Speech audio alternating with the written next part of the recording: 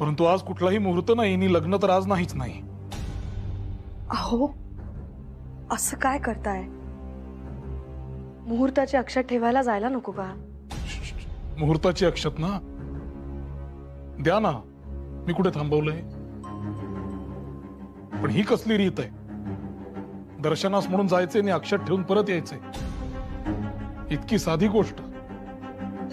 आता सोहळा कसला करताय? अहो पण मी तुझे या बाबतीत काहीही ऐकायचो नाही.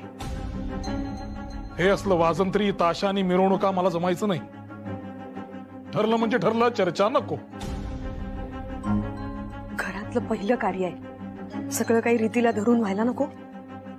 माफ करा, मी लहान तोंडी मोठा घास घेत असेल कदाचित, परंतु या ग्रामण्याच्या काळात जरी तुम्ही उभयत आणि अक्षता दिलीत तरी त्याचा गाजा वाजा झाल्याशिवाय राहणार नाही. पण मग आता काय करावं म्हणताय? यावर मार्ग म्हणजे तुम्ही तुमच्या मूळ स्थानी कोकणात जाऊन अक्षत करू शकता. नाही, अजिबात नाही. म्हणजे या रिकामटेकड्या पुणेकरांना घाबरून मी कोकणात जावं असं म्हणणं आहे का आपलं? जमायचं नाही. इतकंच असेल तर स्वतःच्या घरातल्या देव्हाऱ्यात मी अक्षत ठेवीन. का पण? का आपण सगळं असं चोरट्यासारखं करायचंय घरातल्या घरात? मामनजींचं श्राद्ध आपण चटावर उरकलं, मी काही बोलले का? नाही ना. मग आता लेकीचं कार्य सुद्धा असं उरकून घेऊ म्हणताय?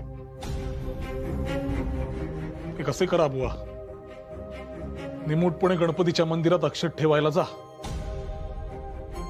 तिथे कुणी काही हटकलं तर मी जवळच आनंदोद्भव थिएटरात बसलेला असेन सभेत.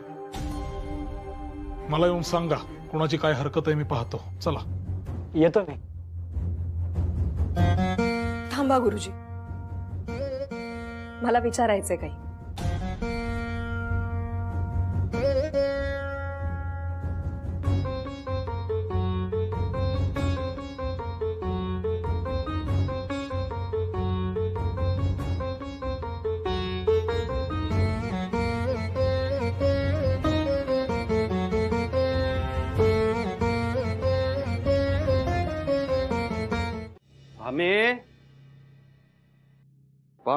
मामनजी पाणी दे जरा.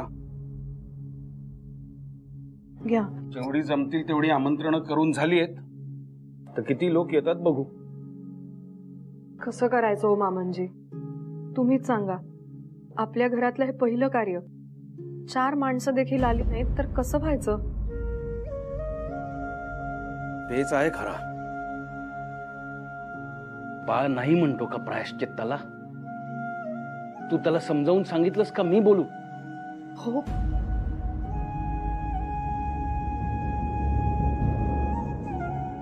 ऐकले. मुळात या विषयावर मला कोणी काही समजावणे लागतच नाही. प्रायश्चित्त घ्यायचं की नाही हा सर्वस्वी माझा प्रश्न आहे, मला ते कळते. बरं, आणि प्रायश्चित्त घ्यायचे झालेच तर ते मी कुठल्याही रीतीने कुठेही नि कसेही घेईन. बाळ बघितलं? हमें आणखी एक समस्या उद्भवली, ती आली का तुझ्या ध्यानात? आता कसली समस्या? सतत एक समस्या दूर होतीये तर नवीन उद्भवतेच आहे. माझे तर आता बाई अगदी हातपाय गळायची वेळ आली. काय झालं? अगं बाकी सगळं करता येईल. अगदी उपाध्याय आला नाही ना तर पोथी घेऊन मी स्वतः बसेन तिथे मंत्र म्हणायला.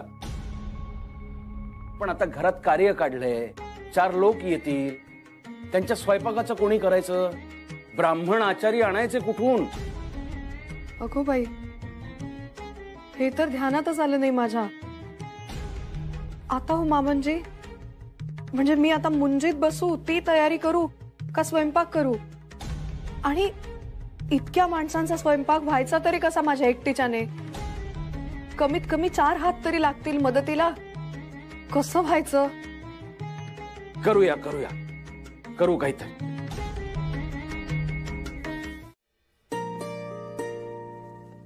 अगो बाई,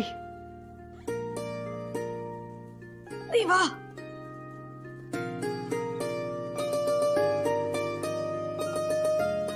विश्वनाथ, ए विश्वनाथ, दिनू दादा आला का रे बाजारातून? ओटीचे खण आणायला पाठवलं होतं ना त्याला. अरे ऐकू जातंय का? मला कुणीतरी हे पातेलं चुलीवरून उतरवायला मदत करा भाऊ.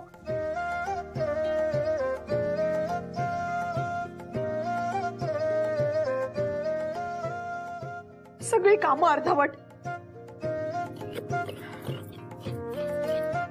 हे एवढे नारळ खवायचे, लाडवांचं करायला घ्यायला हवं मला. मी एकटी किती कामांना पुरे पडणार आहे. कसं व्हायचं माझ्या एकटीच्यानं हे सारं? मदतीला एक हात नाही कुणाचा. परमेश्वरा, काय रे वेळ आणलीस ही. घरातलं पहिलं कार्य आहे. स्वयंपाकाला एक आचार्य मिळू नये या बहिष्कारापायी. एरवी लग्न घरात सगळे नातेवाईक पाहुणे रावळे किती गजबज असते. हा हा म्हणता 10 हातांनी 100 कामं उरकली जातात. ते माझ्या एकटीच्याने 100 कामं कशी व्हायची आता?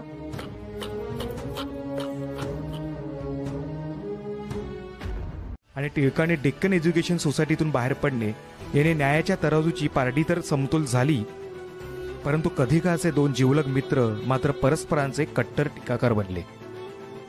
मनात उरली होती फक्त कटुता. टिळक आगरकरातून विस्तव जात नव्हता. असे असले तरी ह्या कुटुंबातला स्नेह मात्र पूर्णपणे संपलेला नव्हता. म्हणूनच आपल्या लाडक्या कृष्णीच्या लग्नात यशोदा काकू अगदी घरच्यांसारखी राबली. मनातल्या स्नेहाचा ओलावा असा सहजासहजी शुष्क होत नाही हेच खरे. बघता बघता गणेश उत्सव आला. यंदा काय करणार आहोत आपण ते ठरवा. गेल्या वर्षी तुम्हा सगळ्यांच्या घरच्या पूजा एकाच वेळेस आल्या आणि अंक काढताना माझ्या नाकी नाव आले. मी एकटा तरी कुठे कुठे बघू. अग्रलेख लिहायचा तेवढा बाकी होता माझ्याने.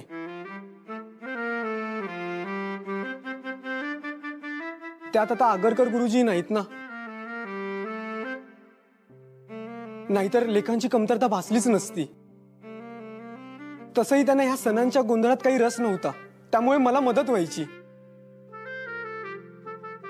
यंदा तोही भार माझ्यावरच येणार असं चित्र दिसतंय. आता यात हसण्यासारखं काय गुरुजी? काय खरंय रे बाबा तुझं, खरंय. हल्ली टिळक गुरुजी सुद्धा घरातूनच काम करतायत. आगरकर गुरुजी गेल्यापासून त्यांनी कार्यालयात येणं कमी केलंय. गुरुजी, तुम्हाला म्हणून सांगतो, अलीकडे ना ह्या कार्यालयाची रयाच गेलीय. मी म्हणून सगळं धकवून नेतो. या या बळवंतराव, बघा हा काय म्हणतोय. गुरुजी तुम्ही, अहो तुम्ही कधी आलात? अहो नाही म्हणजे मला तसं म्हणायचं नव्हतं. यंदा आपण काय करणार आहोत म्हणजे मला लेखांची तयारी आधीच करता येईल ना.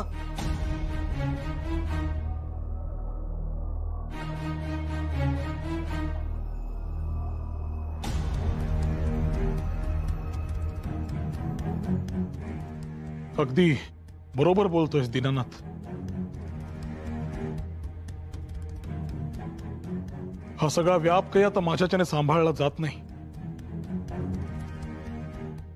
एक असे का करत नाहीस? तूच अग्रलेख लिही ना. मी? अहो काही काय बोलताय गुरुजी? अहो मी कसं लिहू? नाही नाही, मी खरंच म्हणतोय. जमेल तुला, कर प्रयत्न, हळूहळू येईल. बरं का मंडळी, आजपासून अग्रलेखांची जबाबदारी दीनानाथ बुवांची. मी सुटलो. अहो हसताय काय गुरुजी? अरे अग्रलेख लिहिणं काय थट्टा आहे का? मुळीच नाही. अग्रलेख लिहिणं ही थट्टा मुळीच नाही. पण आज बळवंतरावांना तुझी थट्टा करण्याची लहर आली आहे एवढं मात्र खरं.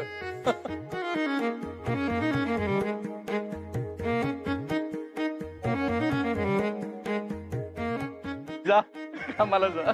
पण दीनानाथ, पण एक गोष्ट मात्र खरी बोललास तू. पोकळी जाणवणं म्हणतात ते हेच असावं बहुधा.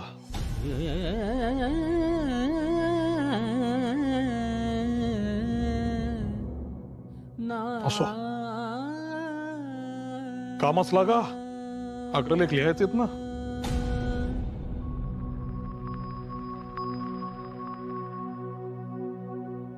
एवढा वाघ मागे लागल्यासारखा कशाला धावत आलायस? ते बाहेर. काय? अरे बोल ना नीट, काय बाहेर? सगळीकडे पोलीस आहेत. आपल्या गल्लीत, तिकडे बाहेर चौकात. मी आणि दिनू दादा बाजारातून येत होतो तेव्हा बघितलं आम्ही.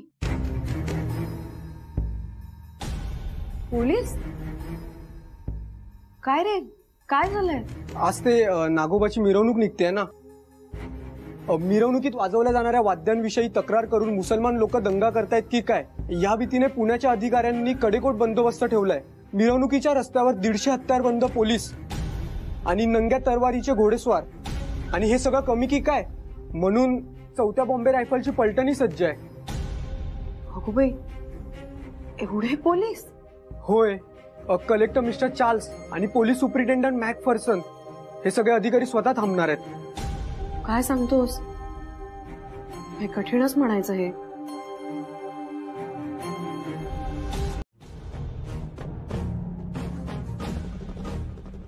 तसं नाही. कित्येक मंडळींनी सभेच्या निमंत्रण पत्रावर सह्या देखील केल्या आहेत ना.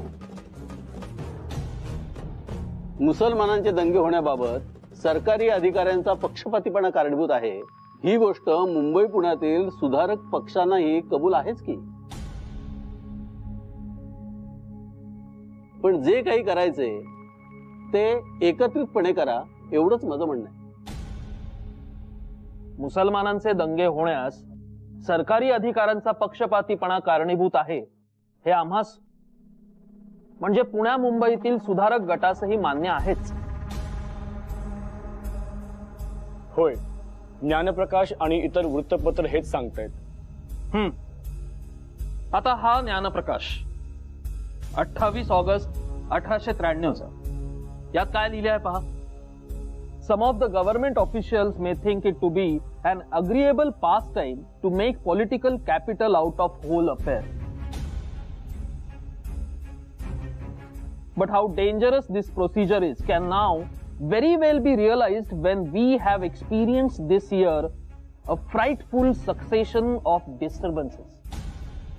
The outcry of undue encouragement of one class against another and dealing leniently with the one and harshly with the other has been often raised, and had our government taken note of this earlier, we would have been undoubtedly spared much troubles.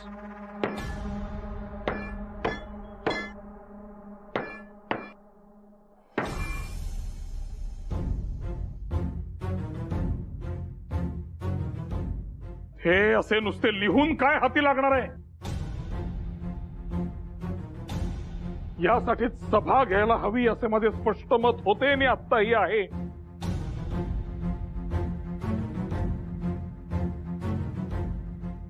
Hindu लोकांबद्दल मन कलुषित करण्याचा प्रकार देशभर चाललेला आहे हे आम्हाला कळत नाही असे नाही.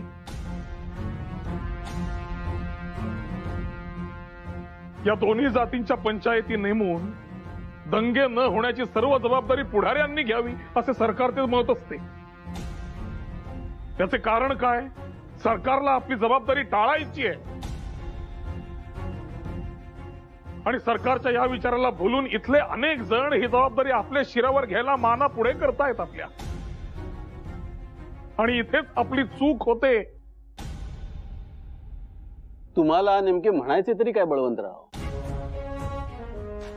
ते पहा, जेवणाचा बेद बाकी फक्कड होता बळवंतराव. साखर भात खाऊन पोट अगदी तटतटलंय, पण मनाचं समाधान काय होत नाही बुवा. खरंच वहिनींच्या रूपाने साक्षात अन्नपूर्णा तुमच्या घरात वास करते. खरंय हो. हे मात्र अगदी लाख बोललात तुम्ही. बाकी बळवंतराव, तुम्ही मुंबई कायदे मंडळाची मध्य विभागाची जागा जिंकल्याबद्दल पुन्हा एकदा मनपूर्वक अभिनंदन.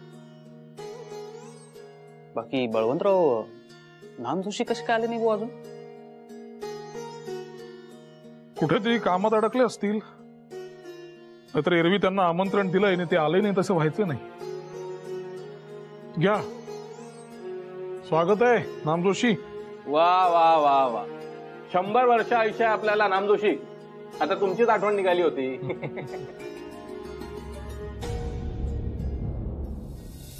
चला मग बळवंतराव, येतो आम्ही. काय नाम जोशी, आज काय मौन व्रत धारण केले की काय? कसलं मौन व्रत आणि कसलं काय?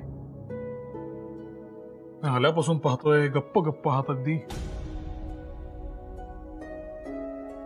बळवंतराव, तुमच्या घरी एवढा आनंदाचा प्रसंग असताना तुम्हाला हे सांगणं योग्य आहे किंवा नाही मला माहिती नाही, पण नाही बोला, स्पष्ट बोला, काय झाले?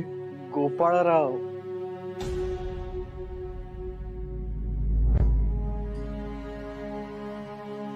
त्यांचे काय? गोपाळरावांचं दुखणं त्यांच्या जीवावर बेतू शकतं असं डॉक्टर गद्रेंनी कळवलेलं आहे. बळवंतराव, त्यांची तब्येत इतकी ढासळलेली आहे की गेल्या काही दिवसांपासून सुधारकात लिहिणं देखील त्यांनी थांबवलेलं आहे. कुठल्या वैद्यांचे औषध चालू आहे? डॉक्टर विश्राम घोलेंचं. त्यांची औषधं सुरू आहेत. डॉक्टर गद्रेंनी त्यांना मिरजला जाऊन राहायला सांगितलेलं आहे. त्यांच्या सल्ल्यानुसार ते तिथं जातील. बळवंतराव, त्यांच्या अंगावर सूज यायला लागलेली आहे आणि अशक्तपणा देखील वाढलेला आहे. कुठल्याही औषधाचा गुण त्यांना लागू पडत नाही. या सगळ्या गोष्टी तुमच्या कानावर असाव्यात म्हणून तुम्हाला सांगितलं.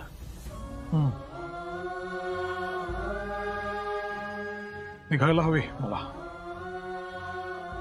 बळवंतराव, कुठं निघाला? गोपाळरावांच्या घरी.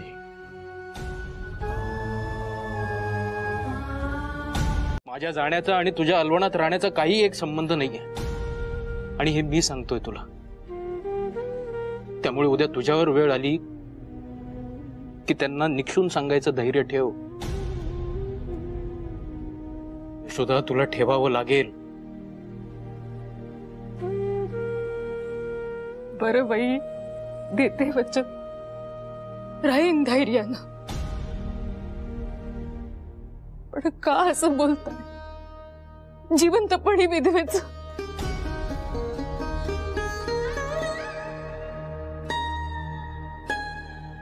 यशोदा, मला जाणीव आहे माझ्यामुळे तुझी खूप फरफट झाली.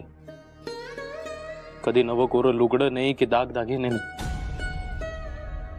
पण तू कधीही एका शब्दाने बोलली नाहीस मला. आईची इच्छाही पूर्ण करू शकलो नाही मी. त्या बिचाऱ्या माऊलीला वाटलं होतं आपला मुलगा शिकलाय, नोकरी करून 4 पैसे कमवेल.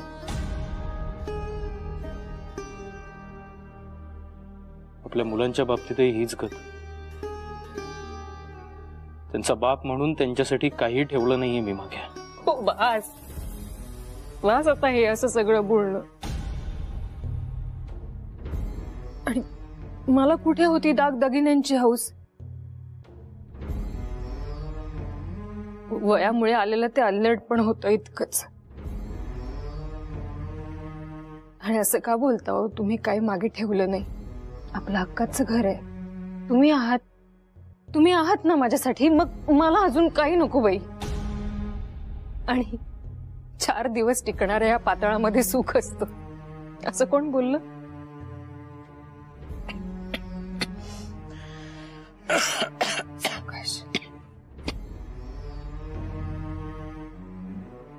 हा बंगला काही आपल्या मालकीचा नव्हे, फर्ग्युसनच्या प्राचार्यांचा.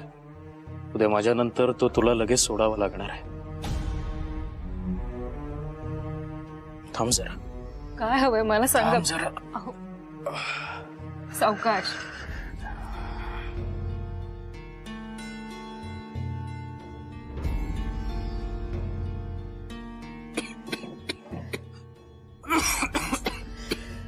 सावकाश, इथे बसा बरं.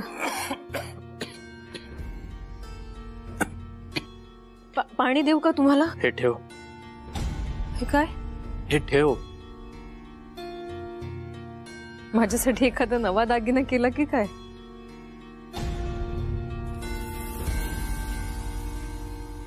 आयुष्यभर जे जमलं नाही ते आता जमेल असं वाटतंय तुला? आपल्या आयुष्यातील उमेदीची पहिली 10-12 वर्ष आपले इष्ट हेतू तडीस नेण्याकरिता केवळ आपण आरंभलेल्या कार्यापासून होणाऱ्या परिणामावर नजर देऊन दुसऱ्या कोणत्याही गोष्टींकडे वा संकटांकडे लक्ष न देता खर्ची केली. त्यापैकी एकास अकाली मृत्यूने ओढून नेल्यामुळे दुसऱ्याचे मन विषाद आणि दुःखाने भरून अगदी वेडावून जाणे स्वाभाविक आहे. पण त्याहून अधिक दुःखकारक गोष्ट ही होय की ज्या महाराष्ट्रातील लोकांची सेवा करण्याचा प्रिय आगरकरांनी आणि आम्ही निश्चय केला होता त्यांच्या पुढे ही दुःखाची कहाणी सांगण्याचा आमच्यावर अकल्पित प्रसंग यावा. गेल्या 5-6 वर्षात त्यांच्या आणि आमच्यात आलेला मतभेद बऱ्याच लोकांपुढे आलेला आहे. पण मृत्यूचे स्वरूप इतके उग्र आणि भयंकर आहे की त्यामुळे बारीक सारीक गोष्टी विसरून जाऊन प्रथमतः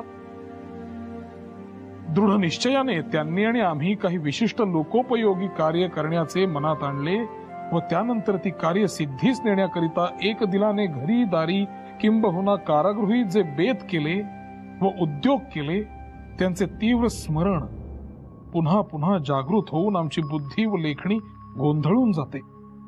कित्येक वर्षे एकमेकास जी सुखदुःखे अनुभवावी लागली त्यांच्या पुन्हा पुन्हा स्मरणाने आमचे चित्त अगदी उदास आणि अस्वस्थ होऊन आयुष्याची अशाश्वतता आमच्या डोळ्यापुढे मूर्तिमंत उभी राहते. स्वजनस्य हि दुःख मग्रतो विवृतद्वार मिवोपजायते असे जे कालिदासाने एके ठिकाणी म्हटले आहे त्याचा हल्लीच्या प्रसंगी आम्हास तर पूर्ण प्रत्यय येतोय. गोपाळराव आगरकर यांच्या वियोगाने आम्हास जो शोक होतोय तो आवरून त्यांच्या संबंधाने शेवटच्या कर्तव्यांपैकी आजचा लेख हे एक दुःखकारक कर्तव्य आहे असे समजून ते केले पाहिजे.